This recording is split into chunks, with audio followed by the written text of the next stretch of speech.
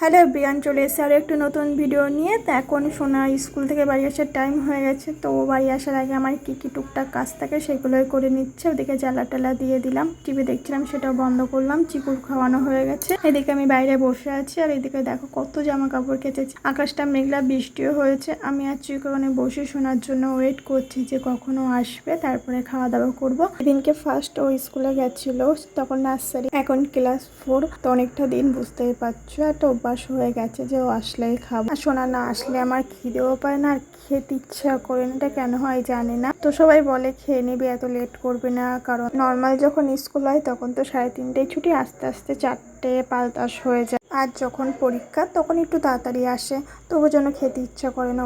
এই ফিলিংসটা মনে হয় আমার মধ্যে একা হয় না, আমার মতন অনেক মায়েদের মনেও এই একই রকম ফিলিংস হয়। যদি কারোর মনে হয়ে থাকে আমাকে অবশ্যই কমেন্ট করো। সোনার স্কুল থেকে আসার টাইম হয়ে গেছে, তাই আমি আর চিকু ওয়েট করছি। তোমরা দেখছো আমার চিকু কি পরিমাণে দুষ্ট করছে, কিন্তু মাঝে মাঝে দেখে নিচ্ছে দাদাভাই বাড়ি আসছে কিনা, সব দিকে নজর আছে আমার চিকুর।